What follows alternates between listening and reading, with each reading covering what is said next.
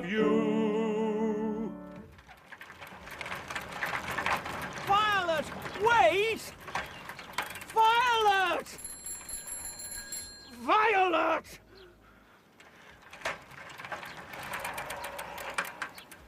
I thought you said you could keep up. You're doing this deliberately, aren't you? Am I? It's some sort of test. I take it I failed. Never mind, I'll still marry you, probably. What's that supposed to mean? Cyril, really? It's not something to joke about. What's brought this on? I don't want to leave you alone. Well, this is a change of tune. What happened to it's only 7 months, it's only Coventry? When I get back, they're going to double my salary? Have I convinced you that money doesn't matter at last? Money does matter. I want you to swear you'll be faithful.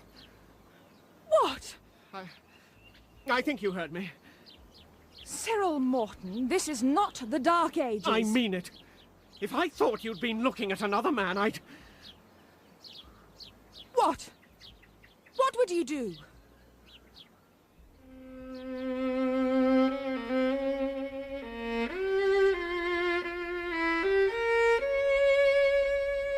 The Solitary Cyclist by Sir Arthur Conan Doyle. Dramatised for radio by Bert Coules. With Clive Merrison as Sherlock Holmes and Michael Williams as Dr. John Watson. And featuring Dennis Quilley as Bob Carruthers and Susanna Harker as Violet Smith.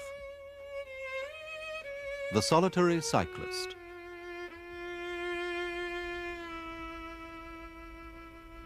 I'm sorry to be the bearer of such sad news, Miss Smith. Thank you, Mr. Carruthers. But the truth is, my mother and I have had no word from my Uncle Ralph in over 20 years. None of our letters have been answered. I really can't feel his death as a personal loss. Well, that's good. I'd hate to think we'd caused you any grief. That's very kind of you, Mr. Woodley. Gentlemen, you've obviously been to a great deal of trouble to find me. Would you please explain what all this is about? Certainly, Miss Smith, of course. Mr. Woodley and I have lived for some years in Johannesburg. We knew your uncle well. He was a friend of ours. A very good friend. It's pleasing to know that he wasn't without friends. We were with him when he died. And it was his last wish that we should find his relations back here in England and see that they were in no want. He remembered us in his will? Not exactly. Not exactly? What do you mean, sir?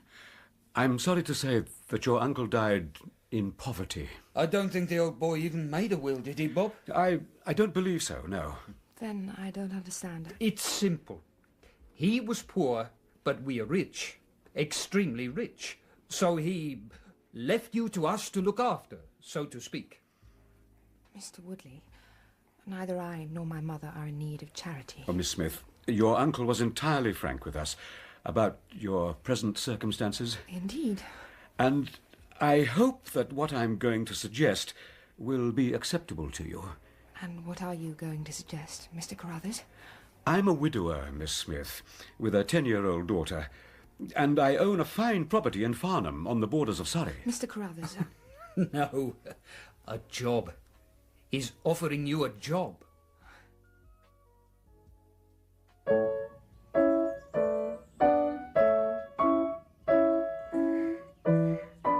That's good, Catherine. Good. 3, 4. 1, 2, 3, 4. 1, 2, 3, 4. Very good.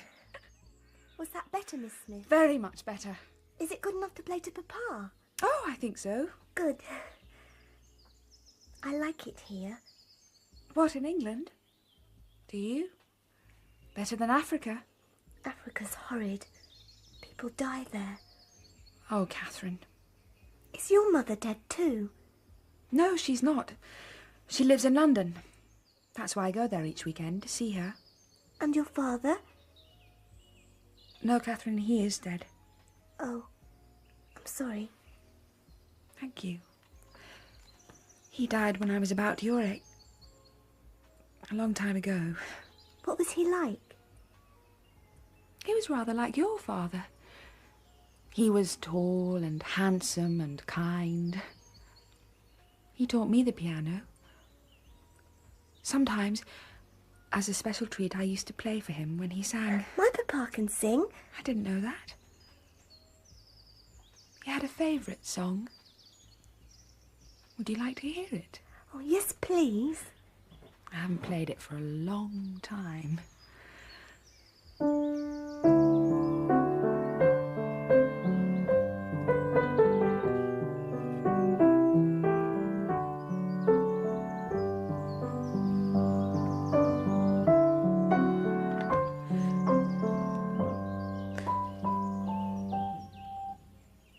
That's lovely. And sad, all at the same time. Yes. Now, come along. You play your piece again, or your father will think I'm not doing my job. All right.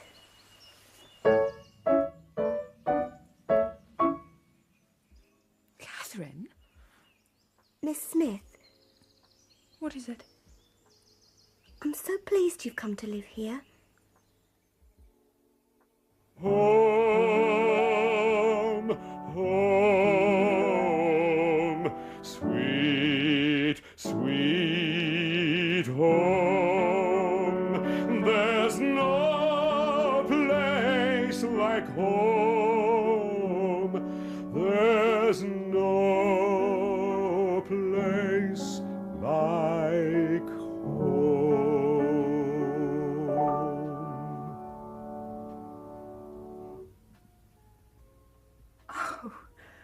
But that was splendid. Only your contribution. Mine was a trifle rusty, I'm afraid. You're not doing yourself justice, Mr. Carruthers. You have a lovely voice. Oh.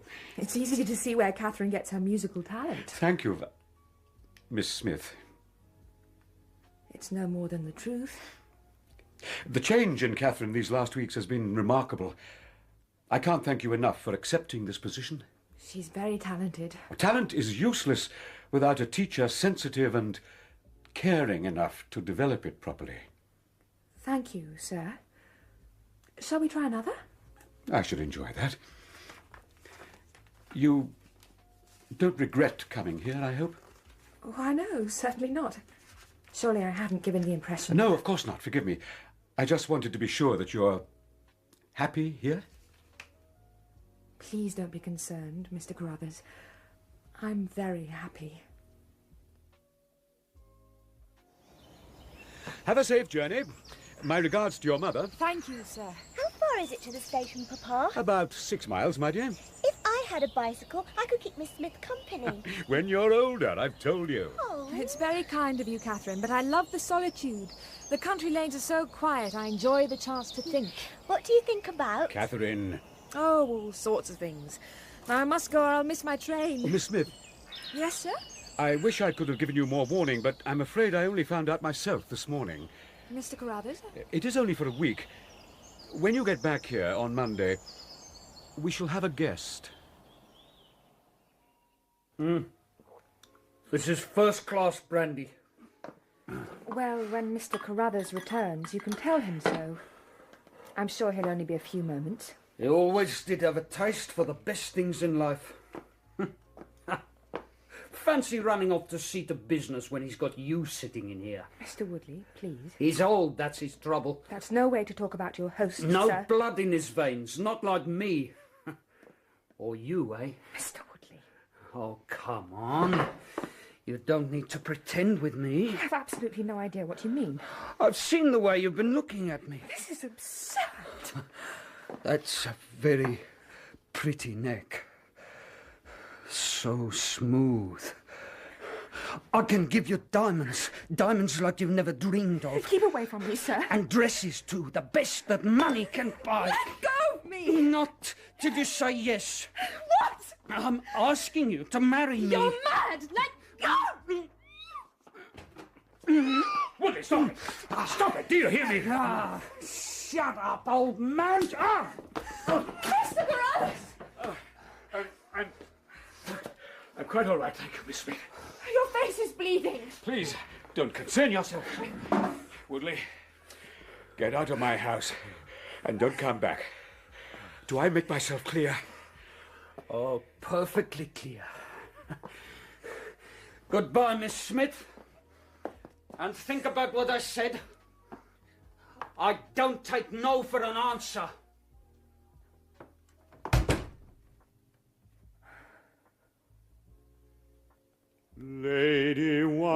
Once there lived a maiden, pure and bright, and like thee fair.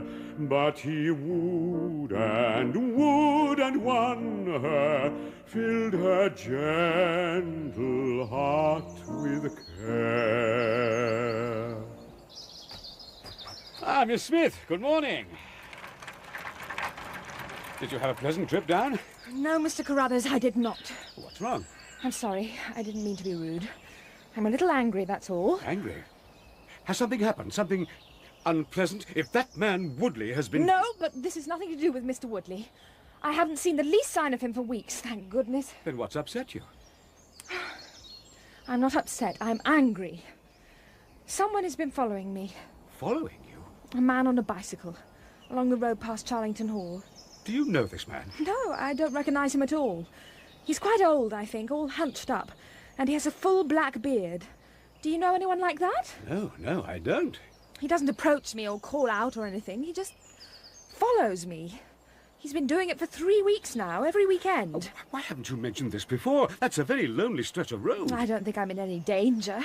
I'm not at all sure you're correct. It's a violation of my privacy. What right is he? I'm very pleased you told me. I shall do something about it. That's very kind of you, Mr. Carruthers. But I'm perfectly capable of doing something about it myself.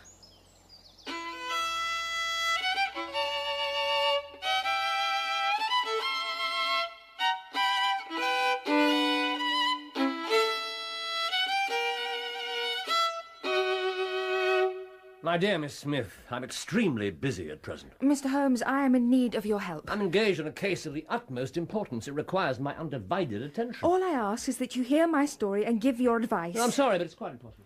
15 minutes of your time. 10. Go to a local police station. And talk to some unimaginative village constable who wouldn't know something bizarre if it bit him in the leg. I'm truly sorry. Watson. Please try to understand, Miss Smith. Mr. Holmes is working on a very abstruse and complicated problem. Any distraction could be damaging. Dr. Watson, doesn't Mr. Holmes know that stepping back temporarily from a problem often enables one to see it with new clarity? Yes, I'm sorry, but... A most interesting theory. I'm glad you think so. And not one in which I have a great deal of faith. Even a small amount of faith can sometimes work miracles, so we're told. Miss Smith, if you've come to me for miracles... Mr. Holmes, I have come to you for advice, and no more. And also no less, it seems. Oh, very well. Give me the facts. Thank you, sir. Well... Well, at least it can't be your health. So ardent a bicyclist must be full of energy. How in the world did you... Ah, you can tell from my shoes. Oh. Quite right, Miss Smith. The roughening at the side of the sole. Where the pedals rub. Yes, I bicycle a good deal. Your hand, please. Mr. Holmes? It is my business. Oh, yeah.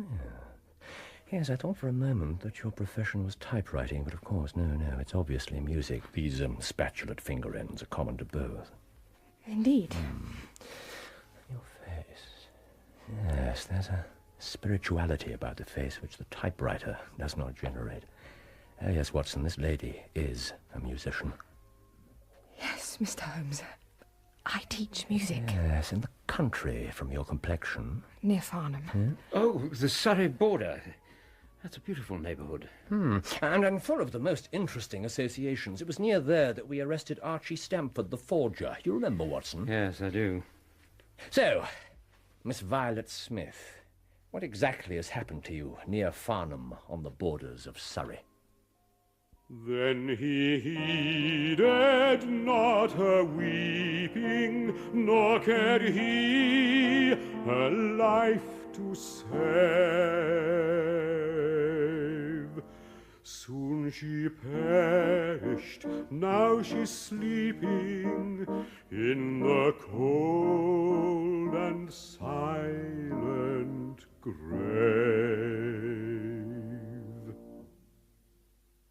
This morning, as I cycled to Farnham station, he was there again.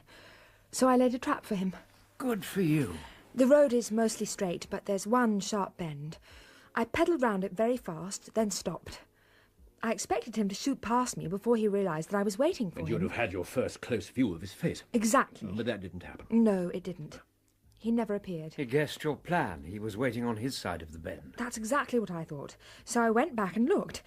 I could see a mile of road, but he wasn't on it. He disappeared into thin air. How long did you wait before looking? Not more than a minute. Could he have gone down a side road? There aren't any. A footpath, then? No, Mr. Holmes. One side of the road is open heath, and the other is the hedge surrounding Charlington Hall. There was nowhere he could have gone. Describe this hedge.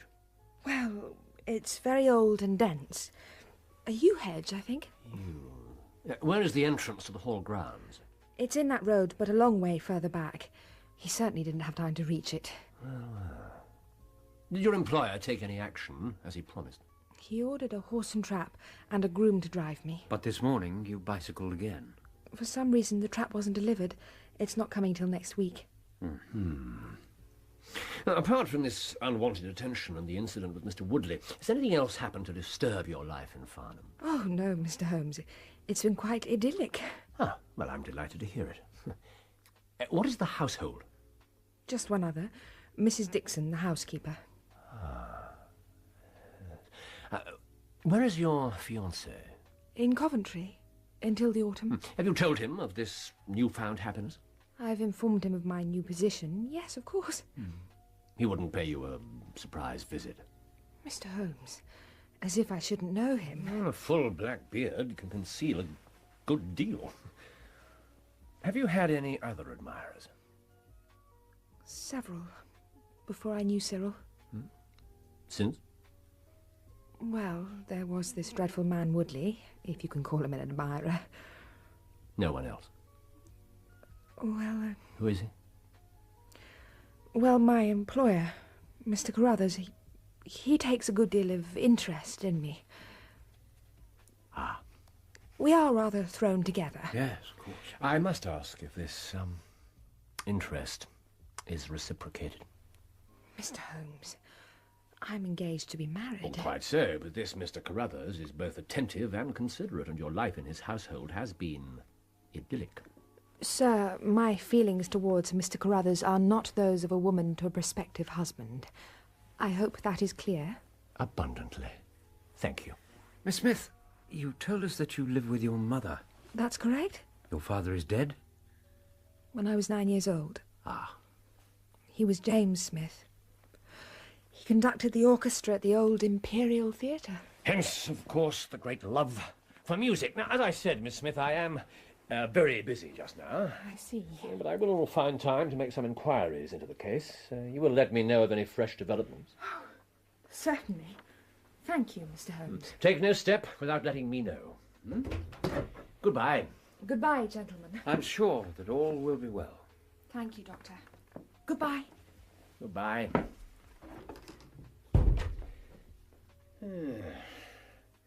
It is part of the settled order of nature that such a girl should have followers, preferably not on bicycles in lonely country roads. You think this is a serious matter? Well, don't you? Ah, it's not exactly unheard of for a man to follow a handsome woman. And if he's too scared even to get closer. The whole thing seems more grotesque than dangerous. There are curious details. Why does he only appear at that one point on the road? What's the connection between Carruthers and the odious Woodley? And you recall the salary Carruthers pays Miss Smith. Yes, 100 a year. It's double the market price. As she said, a rich man. But with no carriages or horses. Even though he's 6 miles from the station, that's a bit odd. The whole thing is odd. Very odd. How did this bearded man disappear into thin air? He didn't. But Miss Smith's If he didn't stay on the road and he didn't go out onto the open heath, what remains? Grounds of, what was it, Charlington Hall? But the hedge? Evidently not as unbroken as our client imagines. Well, we shall find out on Monday morning. You're going down there?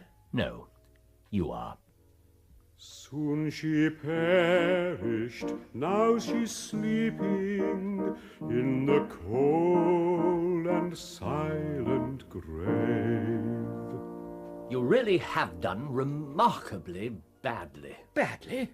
I thought it was a splendid day's work. What have we gained? I saw the man follow Miss Smith. So we know that her story's true. I never doubted it. I saw him flee when she challenged him directly. She's a highly spirited girl, and he always keeps his distance. Hardly new information. I watched him return and go into the grounds of Charlington Hall, straight up the main We drive. already knew there was a connection. And I have the name of the man who's renting the hall for the summer. Williamson. An elderly, respectable gentleman. And that's all you managed to find out about him? Who's the better for that?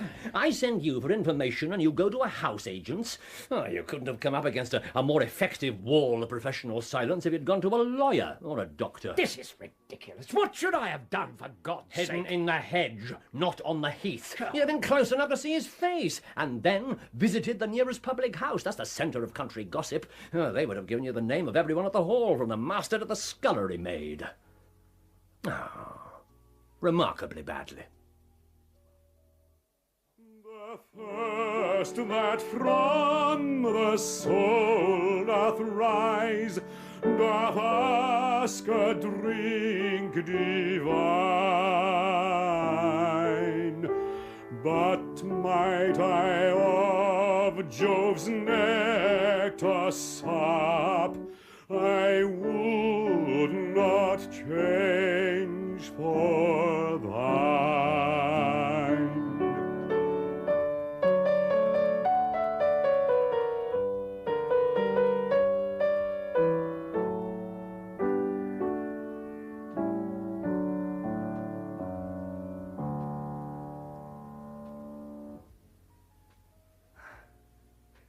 Thank you, Miss Smith.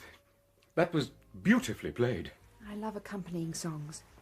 Two separate elements that make a greater whole. You're very perceptive. Miss Smith, Yes, Mr. Carruthers? I have something... Miss Smith, would you do me the great honour of becoming my wife? Mr. Carruthers... I believe you know how I feel towards you. Yes, I do. Dare I hope that you return those feelings? Sir, my promise is already given. You know that. Engagements can be broken. Affections can change. Miss Smith, Violet, promise me at least that you'll consider my proposal. It would be wrong of me to give you that promise. I'm so sorry. I must say no. Ah, look at this. From Miss Smith. He's appeared again. I've already told you that. I was watching, you may remember, even if it was from the wrong place. Look at the postscript. Oh, yeah. I see what you mean. You can understand that The situation is a little strained. Yeah, I say that's probably something of an understatement. She certainly seems to be getting into deep waters. This is nothing to do with the case, though, surely. No? I shall be back this evening. Where are you going? I feel like a quiet, peaceful day in the country. All right, that's it. I've had enough of you, Woodley. Mr. Woodley, to the likes of you. I think not. No gentleman strikes with the back of his hand. Are you all right, sir? Yes, perfectly, thank you, landlord. Would you like me to call a constable? Thank you. I believe I can cope by myself. Who are you? You didn't know I was back there, did you? I heard you. What do you mean asking all these bloody questions? No gentleman uses such language in a respectable house. If your hearing's that good, you'll have heard that you're not welcome here. I'll show you who's not welcome. You see, Woodley, you're nothing but a ruffian. You cocksure bastard! A gentleman learns his lessons. Stand still and take it like a bloody man! I've told you once about the language. I'll rip you apart with my bare hands! A gentleman uses his fists. Barney, fetch the cart. Let's get rid of this mess. Oh! Sorry. Keep still. It was delicious, Watson, delicious. I get so little exercise. It's always a treat. It's a good job you've kept up the boxing. Yeah. Yeah. Thank you. Well, it seems I owe you an apology. What on earth for? Well, however enjoyable it may have been, my day on the Surrey border hasn't been much more profitable than your own. Oh, I don't know about that. You found out that this Williamson's a clergyman. Yes, and most of the landlord's other comments painted him as distinctly unecclesiastical. There's been some right goings-on at the Hall, sir. Some of his visitors, they're a warm lot, sir, a very warm lot. Yes, especially your friend Woodley. I didn't think he'd be far away. There's a link between Woodley and Carruthers that lies at the heart of all this. Sooner or later, it'll come to light. Good. Very good. And watch the rhythm, Catherine. 1, 2, 3, 4. 1, 2, 3, 4. That's it.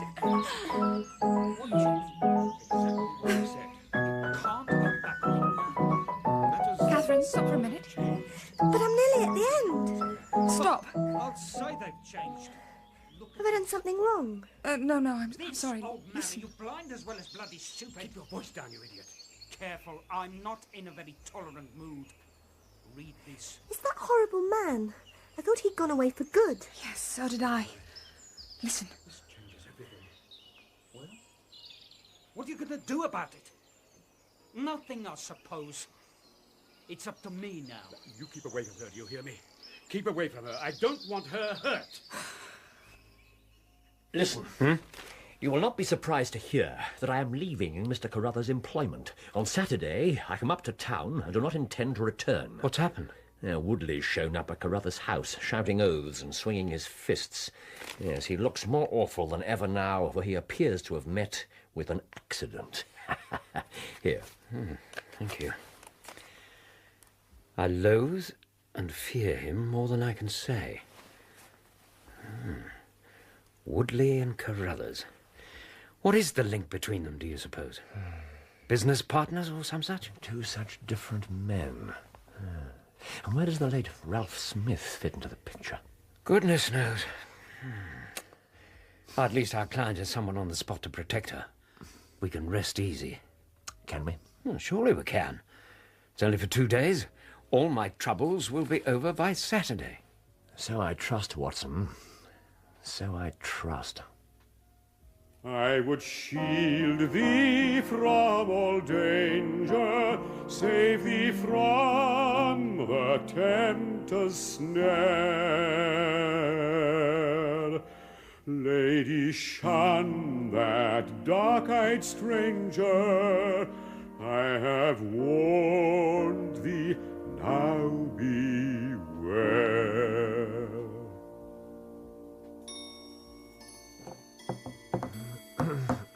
Oh, for heaven's sake. In a couple of hours, she will have turned her back on the whole business forever. Relax.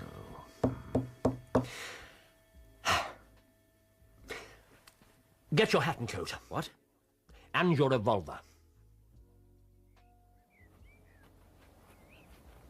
From the top of this rise, we'll be able to see Charlington Hall. This road's too up and down for my liking. There's too many hidden stretches. There's only one more dip after this hill. Then it evens out. And this is a splendid vantage point.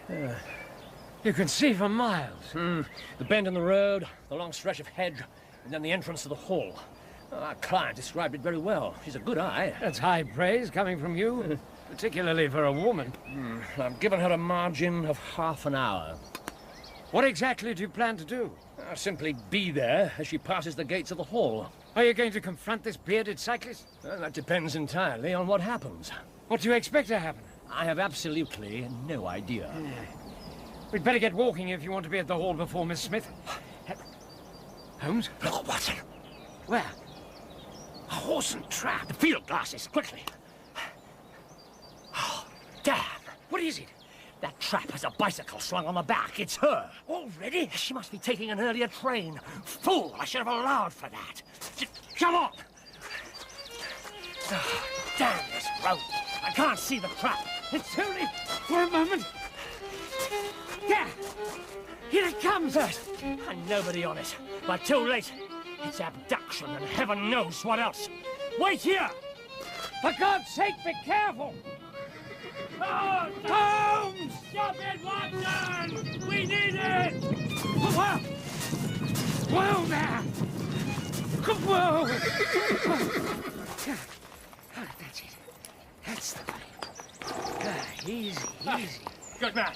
Well done. Now, quickly. Turn it round. Right. Come on, boy. Here we go. That's it. Are you hurt? No, nothing that matters. They must have been hiding by the gates of the hall. Now, good. Now, come on. Back to the gates. Let's see if I can repair the consequences of my own blundering. On there! On! They can't have got far with her. When we get to the gates, we'll have a clear view right up to the hall. We should be able to see them. Here we are! Hold on for the turn! Whoa!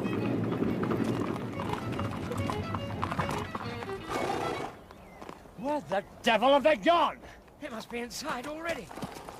Get down! What in the world? Have they got an armed guard on the place? No. That shot came from behind us. Look! Good God, it's him! The solitary cyclist. Stay down! He can't miss from that range. Holmes! Don't shoot! We're as concerned for her as you are. For God's sake, Carruthers! Carruthers? Where did you get that trap? Tell me. We found it on the road. There was no one in it. Then they've got her. That hellhound Woodley and the blackguard parson. What's the meaning of all this, Carruthers? Come with me. Wait! There's no time! Wait, I say! There's no point in rushing off just anywhere. What do you mean, man? They'll have taken her to the hall. No! There! They went that way! How can he know? Who are you? We are friends, for God's sake, man! Trust us! Come on! Say it! For pity's sake, hurry! I tell you that was a gunshot. Shut up, you drunken old fool! Say it! Say it! Ah, you little bitch! Through here! Wait! Stop! What's the matter? There's no time! Watson! Look here. It's Peter, my groom. He was driving the trap. Have they killed him? No! He's still alive. Or does he need immediate help? I don't think so, no. Then let him lie. This way! I must have the proper response. You have it.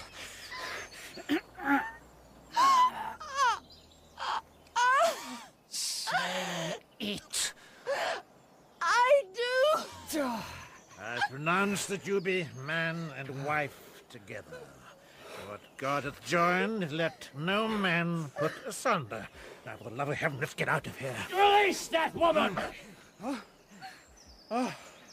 What the hell are you doing here? Who are your friends? Don't you know me, Woodley? Mr. Carruthers! Going to a fancy dress ball, are you, Bob? Well, the beard suits you. I told you what I'd do if you molested her. I'll see that woman righted if I have to swing for it. You're too late, Carruthers. She's my wife. No, she's your widow. You fool! Violet. Oh, Violet. You bloody murderer. Shut up or the next one's yours. Enough of this! Carruthers, give me that pistol. Give it to me. Here. That's better. We will have no more violence. Do not turn so coldly from me. I would only guard thy youth from his stern and withering power. I would only tell the truth. Miss Smith is resting. Her injuries are only superficial. Thank the Lord. If he'd hurt her... And Woodley will live. Then I'll go and finish the job. You will stay exactly where you are. Are you telling me that that girl, that angel, is tied to roaring Jack Woodley for life? You needn't concern yourself about that. I made some inquiries about his reverence here. He has no right to solemnize a marriage. I have been ordained... And also unfrocked. Once a clergyman, always a clergyman. I think not. In any case, a forced marriage is no marriage, but it is a very serious felony, as you'll discover. How much did Woodley hire you for, Williamson? I doubt if it'll recompense you for the jail sentence. I'm saying no more. Very wise of you. As for you, Carruthers, you'd have done better to keep your pistol in your pocket. Perhaps. But it drove me mad to think that that girl was in the power of the greatest bully in South Africa. Yes, Miss Smith told us how you threw him out of the house the first time he molested her. Yes. He knocked me down. I'm even with him on that score anyhow. Then I found out he'd picked up with this outcast parson. They set up housekeeping here at the Hall, right on her road to the station. I kept a close eye on her after that. And them. But why all the deception? Why the disguise? Why didn't you just tell her she was in danger? Because then she would have left me, and I couldn't have borne that. I loved that girl. And even if she couldn't love me, I wanted her in the house. I wanted to see her, hear her voice. You call that love, sir? I call it selfishness. Perhaps the two go together. Anyway, I had to protect her. I knew they were about to make a move. How did you know? Woodley brought me this 2 days ago. Here. The old man is dead. Of course. Ralph Smith. Miss Smith's uncle? But he died months ago. I don't think so. I think that when Woodley and Carruthers left South Africa, Smith was still alive. Alive but fatally ill. Isn't that so, Carruthers? How do you know that? Because this key has unlocked the whole puzzle. That her uncle was dead wasn't the only lie you told Miss Smith, was it? He was alive and he was rich, extremely rich. Unlike you and Woodley, for all your claims. Well... You seem to know it all. I know that only 2 servants and no carriages is not the household of a wealthy man. I deduce that you found out that Ralph Smith's niece was his next of kin, and you came over here and cold-bloodedly hunted her down. Do you mean to say that this whole business was so that they could get their hands on Miss Smith's inheritance? It was Woodley's plan. And God help me, he persuaded me to be a part of it. It's no sort of excuse, gentlemen, but the picture he painted... The money... One of them was to marry her, and the other to have a share of the plunder. Why did Woodley propose to her first, Carruthers? Why not you? We played cards for her. He won. How dare you? Miss Smith, you should be resting. How dare you, sir? Miss Smith, how much did you hear? Mr. Holmes, is Mr. Carruthers going to jail? It's not for me to prejudge the trial. Yes, I think it very likely. What will happen to Catherine? The little girl? The court will make some sort of arrangement. Some sort of arrangement? How could you do it? To her? To your own daughter? How could you do it to me? Greed is a terrible thing. Miss Smith, it's like a disease.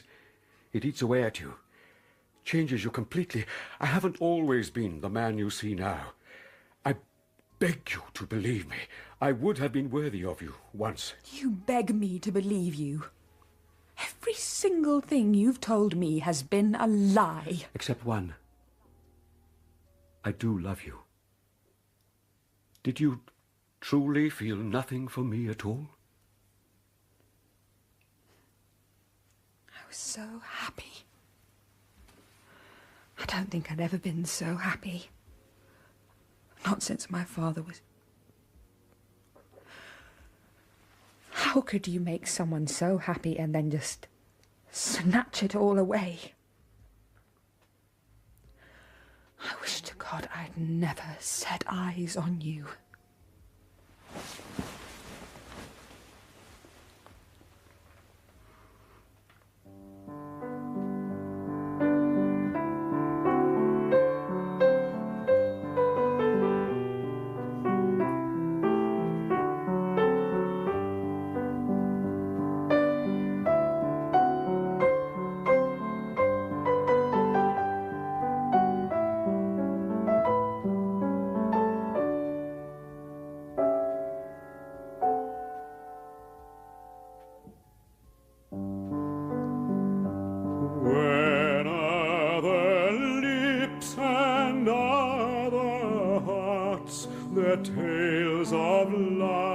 shall tell, in language whose excess imparts the power they feel so well.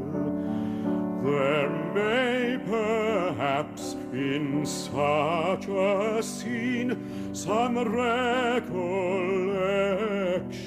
be of days that have as happy been, and you'll remember me, and you'll remember, you'll remember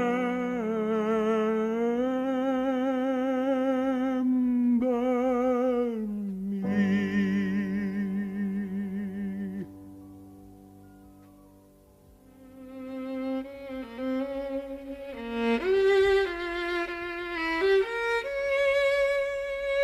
In The Solitary Cyclist, Sherlock Holmes was played by Clive Merrison and Dr. Watson by Michael Williams, with Dennis Quilley as Carruthers and Susanna Harker as Violet Smith.